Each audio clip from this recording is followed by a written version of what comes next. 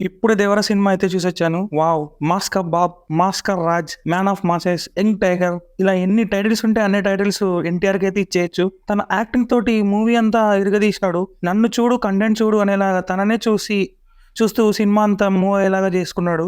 ఇక action scenes అయితే మాస్‌కి పండగే అని చెప్పొచ్చు. అసలు ఒక్కొక్క సీన్, ఒక్కొక్క ఫైటు ఇలా న్యాచురల్‌గా యాక్టింగ్ చేసుకుంటూ పోయినాడు.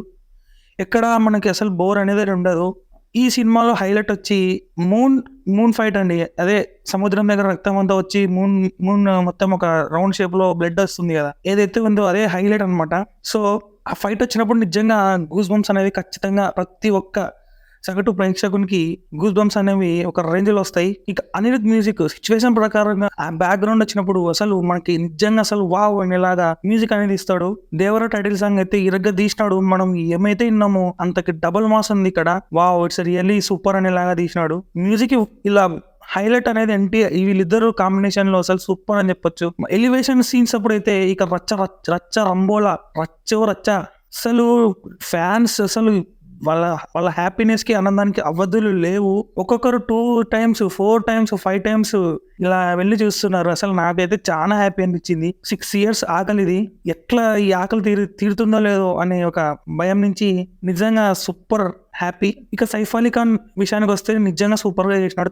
తన పాత్రకి తను 100% న్యాయం చేసినాడు. సినిమా ఇప్పుడు మన ఎన్టీఆర్ ఈ రేంజ్‌లో ఎలివేట్ అయినాడంటే ఖచ్చితంగా విలన్ పాత్ర అయితే 100% ఉంది. సో, విలన్ మ్యూజిక్ మన ఎన్టీఆర్ యాక్టింగ్ ఎంత చెప్పినా అది తక్కువ అవుతుంది. ఎంతమంది చెప్పినా అది తక్కువ అవుతుంది. ఆ రేంజ్‌లో యాక్టింగ్ ఇచ్చేసినాడు. సో, ఎవరైనా యాక్టింగ్ నేర్చుకోవాలంటే మన ఎన్టీఆర్ అన్న మూవీస్ అయితే ఖచ్చితంగా చూపియాలి.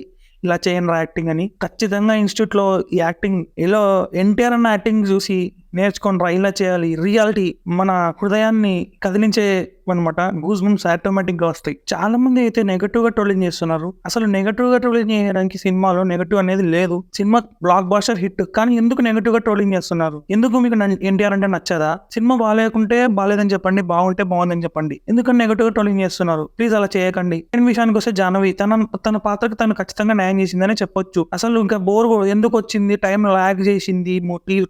మూవీ టైం ఎక్కువ రావడానికి జాహ్నవి కపూరే ఉంది. ఇలా అన్ని తప్పుడు ప్రచారం అయితే చేస్తున్నారు. తన క్యారెక్టర్ అనేది మూవీలో చాలా చిన్నది.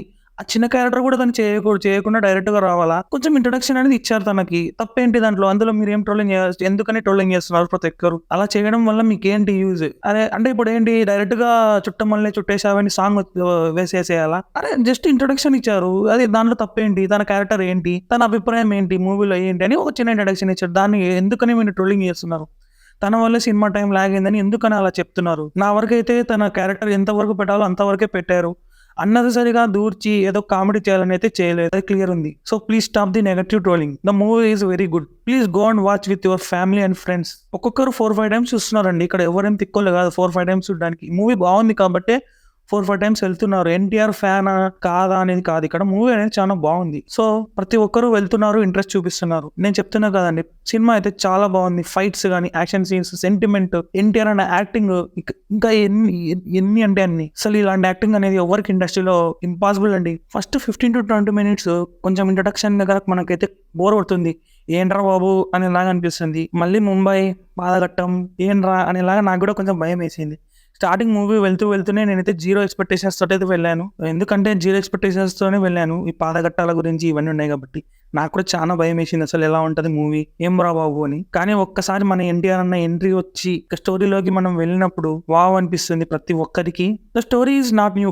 తీసిన విధానమైనా, చూపించిన విధానమైన మన ఎన్టీఆర్ యాక్టింగ్ తన తాత పేరుని ఎత్తి నిలబెడుతూనే ఉన్నాడు. ప్రతిసారి మనల్ని ఆశ్చర్యపరుస్తూనే ఉన్నాడు. ఒక్కొక్క దానికి ఒక్కొక్క డైమండ్ లాగా దూసుకొని వెళ్తున్నాడు. అసలు ఎన్టీఆర్ లేకపోతే ఈ సినిమానే లేదు. సో, తన ఒంటి చేతితోటి ఈ మూవీని మూవ్ చేశాడు. So, please stop the negative trolling. First మీరు వెళ్ళి మూవీ చూడండి. చాలా మంది మూవీ అసలు చూడకుండానే రివ్యూస్ ఇస్తున్నారు. అది చాలా రాంగ్ అసలు అలా ఇవ్వడము. మూవీ బాగుంటే బాగుందనండి, లేదంటే లేదు. ఒక 2-3 సీన్స్ ఎవరికైనా నచ్చకపోవచ్చు, 2-3 డైలాగ్స్ ఇవన్నీ ఉంటాయి. అంతేగాని సినిమా అంతా బాగాలేదనడం మటుకు ఇట్స్ వెరీ రాంగ్. ఎందుకంటే బాగున్న మూవీని బాగుందని చెప్పండి, హిట్ చేయండి. అంతేగాని వెళ్ళే వాళ్ళని కూడా ఎందుకు మీరు స్టాప్ చేస్తున్నారు? It's very wrong. నెగటివ్ విషయానికి వస్తే యాజ్ ఐ సెడ్ ఫస్ట్ ఒక 15-20 మినిట్స్ ఇంట్రడక్షన్ ఏంట్రా బాబు ఇలా ఉంది, ఏదో ఇన్వెస్టిగేషన్ లాగా వెళ్తుందని అనిపిస్తుంది.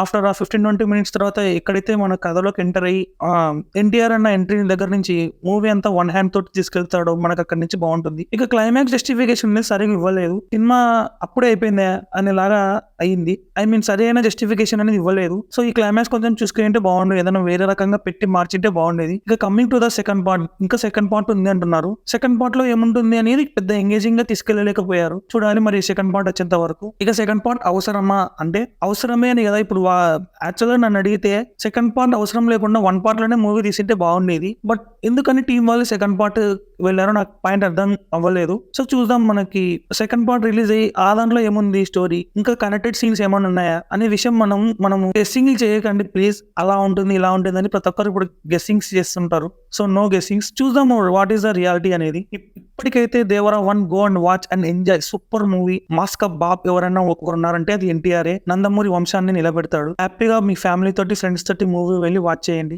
ఖచ్చితంగా మీరైతే హ్యాపీతోనే బయటకు వస్తారు. ఆల్రెడీ ఫ్యాన్స్ రచ్చ రచ్చ రచ్చ రంబోలానే ఇక్కడ.